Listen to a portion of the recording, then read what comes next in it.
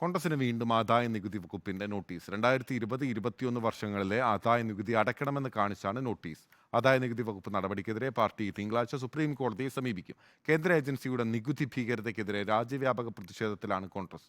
Sarath K ശശിയുണ്ട്. Sarath, supreme കോടതിയെ സമീപിക്കും, രാജ്യവ്യാപക പ്രക്ഷോഭം നടത്തുന്നു എന്ന് പറയുന്ന ഘട്ടത്തിലും കോൺഗ്രസിനെ വിടാൻ IT ഡിപ്പാർട്ട്മെന്റ് തയ്യാറാകുന്നില്ല.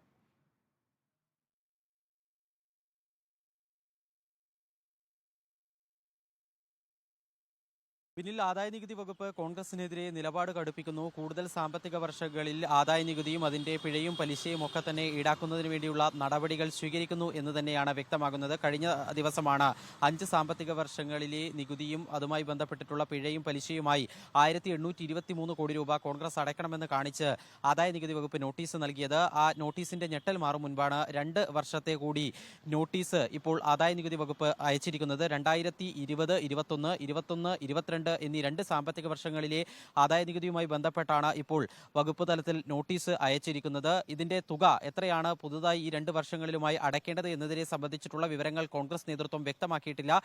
കോൺഗ്രസ് നേതൃത്വം അപ്പോൾ തന്നെ ഇങ്ങനെ നോട്ടീസ് 2 എണ്ണം കൂടി ലഭിച്ചിട്ടുണ്ട് എന്നുള്ള കാര്യം സ്ഥിരീകരിക്കുകയും ചെയ്തിട്ടുണ്ട്. ഈ ആദായനികുതി വകുപ്പിന്റെ നടപടിക്കെതിരെ സുപ്രീം കോടതിയിൽ ഏപ്രിൽ 1 ഹർജി നൽകുമെന്നാണ് കോൺഗ്രസ് നേതാക്കൾ വ്യക്തമാക്കിയിരിക്കുന്നത്. ഈ തെരഞ്ഞെടുപ്പ് കാലത്ത് ഇത്തരത്തിൽ ആദായനികുതി വകുപ്പ് നടപടി സ്വീകരിക്കുന്നത് തെരഞ്ഞെടുപ്പ് പെരുമാറ്റച്ചട്ടത്തിന്റെ ലംഘനമാണ്. അതുപോലെ തന്നെ ഈ കൃത്യമായ അനുബന്ധ രേഖകൾ സമർപ്പിക്കാതെയാണ് ഇത്തരമൊരു നടപടി സ്വീകരിക്കുന്നത് തുടങ്ങിയ വാദങ്ങളായിരിക്കും സുപ്രീം കോടതിയിൽ പ്രധാനമായും കോൺഗ്രസ് ഉന്നയിക്കുക. അത്തരത്തിൽ നിയമപോരാട്ടം ശക്തമാക്കാൻ കോൺഗ്രസ് തീരുമാനിച്ചിട്ടുണ്ട്. ഇതോടൊപ്പം തന്നെ രാഷ്ട്രീയമായ പ്രതിരോധം ശക്തമാക്കുന്നതിന്റെ ഭാഗമായാണ് രാജ്യവ്യാപകമായ പ്രതിഷേധം ഇന്നും നാളെയും സംഘടിപ്പിക്കുന്നതിന് വേണ്ടി കോൺഗ്രസ് തീരുമാനിച്ചിരിക്കുന്നതും. ശരത് കെ ശശിയാണ് വിവരങ്ങൾ നൽകിയത്.